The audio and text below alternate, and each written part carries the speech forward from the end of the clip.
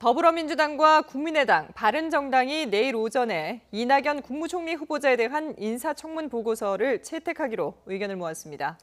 하지만 제1야당인 자유한국당은 여전히 이 후보자를 받아들일 수 없다면서 강하게 반발하고 있습니다. 네, 국회로 가보겠습니다. 조성호 기자. 네, 국회입니다.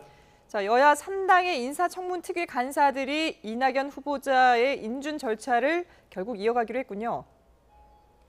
네, 조금 전이죠. 오후 3시부터 더불어민주당과 국민의당, 바른정당의 인사청문 특위 간사들이 모여 합의를 끌어냈습니다.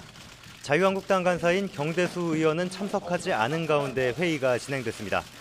결론부터 말씀드리면 내일 오전 10시에 인사청문 특위 전체 회의를 열고 인사청문 보고서를 채택하기로 했습니다. 이후 오후 2시에 열리는 본회의에서 이 후보자 인준안을 보고하고 표결에 붙이게 됩니다. 참석하지 않은 자유한국당 측과는 내일 전체 회의가 열리기 전까지 추가적인 간사 협의를 할 수 있도록 노력하기로 했습니다. 새 정부의 첫 총리 인준인 만큼 제1야당인 자유한국당이 불참한 가운데 처리를 강행하는 것은 부담스럽다는 판단에 따른 것으로 보입니다. 어제 문재인 대통령의 입장 표명 이후 40석을 보유한 국민의당이 대승적 차원에서 이 후보자 인준을 받아들이겠다고 결정하면서 본회의 문턱을 넘을 조건은 마련됐는데요.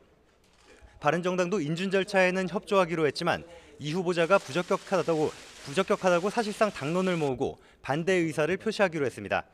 이 때문에 여야 3당 간사들은 보고서에 이 후보자의 적격, 부적격 여부에 대한 청문위원들의 의견을 넣기로 합의했습니다. 하지만 자유한국당은 여전히 강하게 반대하고 있고 인사청문회는 물론 본회의 표결도 불참하겠다는 뜻도 내비치고 있습니다. 1시간 넘게 원내대책회의를 진행했는데 이 후보자 인준 문제 대응 방안을 논의한 것으로 보입니다.